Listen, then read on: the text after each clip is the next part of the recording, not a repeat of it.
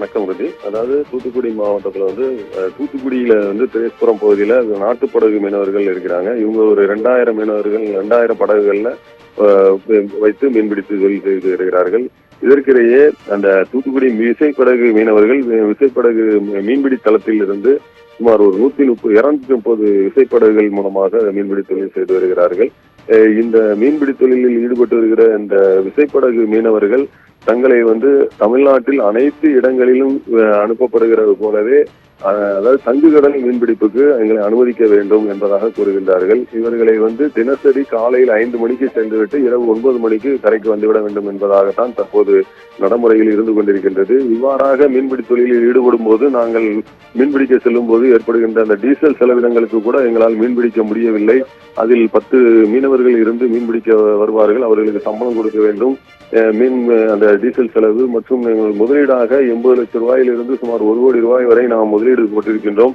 அதற்கான வட்டி கூட எங்களால் எடுக்க முடியவில்லை. இப்படியாக நாங்கள் தினசரி காலையில் 5 மணிக்கு சென்று இரவு 9 மணிக்கு திரும்புவதால் எங்களுக்கு அதில் லாபமே கிடைக்கவில்லை என்பதாகவும், எனவே மற்ற இடங்களில் தமிழ்நாடு முழுவதும் உள்ள மற்ற இடங்கள் மற்றும் தூத்துக்குடி மாவட்டத்திலேயே திருச்செந்தூர் மற்றும் மணப்பாடு, கருவிக்குளம் போன்ற இடங்களிலும் வேம்பார் போன்ற இடங்களிலும் அனுமதிக்கப்படுவது போலவே எங்களையும் தங்குகடல் மீன்பிடிப்புக்கு அனுமதிக்க வேண்டும் என்பதாக கூறிதான் இந்த 6 நாட்களாக இவர்கள் போராட்டம் நடத்தி வந்தார்கள். இந்த போராட்டத்தின் போது அவர்களை அழைத்து எந்த விதமான மாவட்ட நிர்வாகம் சார்பில் எந்த விதமான பேச்சுவார்த்தை நடத்தப்படவில்லை என்பதாகவும், எனவே இன்று அவர்கள் சாலை மறியல் போராட்டம் மற்றும் தொடர் போராட்டத்தை நடத்தப் போகிறோம் என்பதாகவும் அவர்கள் ஏற்கனவே அறிவித்திருந்தார்கள். அதன்படி இன்றைக்கு மீன்பிடி துறைமுகம் முன்பாக அவர்கள் சாலை மறியல் போராட்டத்தில் ஈடுபட்டார்கள். அதனைத் தொடர்ந்து அங்கிருந்து அருகில் உள்ள சுமார் 2 கிலோமீட்டர் தொலைவில் உள்ள சாராட்சியர் அலுவலகத்திற்கு ஊர்வலமாக அங்கு மறியலில் ஈடுபடுவதாக அவர்கள் அனைவரும் தொடர்ந்து நடந்து வந்தார்கள். அப்போது அவர்களை காவல்துறையினர் அனைவரும் சாராட்சியர் அலுவலகம் முன்பாக தடுத்து நிறுத்தினர். அதற்குள்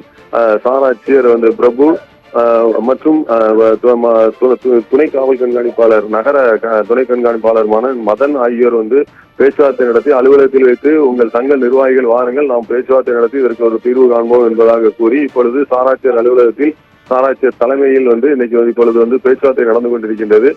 இன்னும் பேச்சுவார்த்தையில் முடிவு எட்டப்படவில்லை. உள்ளே நிர்வாகிகள் அனைவரும் தங்களது கோரிக்கைகளை வலியுறுத்தி அவர்கள் கூறி வருகிறார்கள்.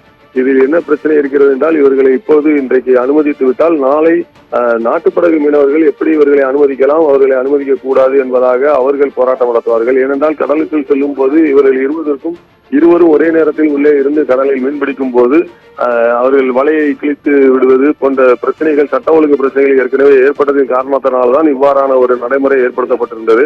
இந்த நடைமுறையை மாற்றி திரும்பவும் அவர்களை அனுமதித்தால் திரும்பவும் எங்களது வலைகளை கிழிப்பது, எங்களுக்கு நஷ்டம் ஏற்படுவது போன்ற காரியங்கள் ஏற்படும்.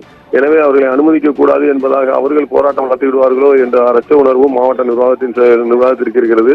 எனவே இவர்கள் சரியான முறையில் பேச்சுவார்த்தை நடத்தி அந்த நாட்டுப்படகு மீனவர்களிடம் பேச்சுவார்த்தை நடத்தி சரியான முறையில் தீர்வு கண்டால்தான் இதற்கு முழு தீர்வு கிடைக்கும் என எதிர்பார்க்கப்படுகிறது.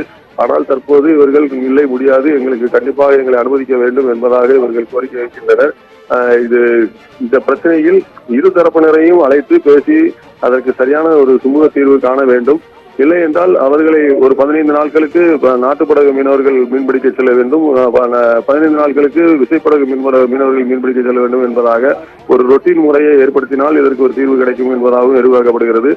இதில் அரசு சரியா தலையிட்டு உரிய நடவடிக்கை எடுக்க வேண்டும் என்பதாக தூத்துக்குடி மீனவர்களுடைய கோரிக்கையாக உள்ளது. விஜய்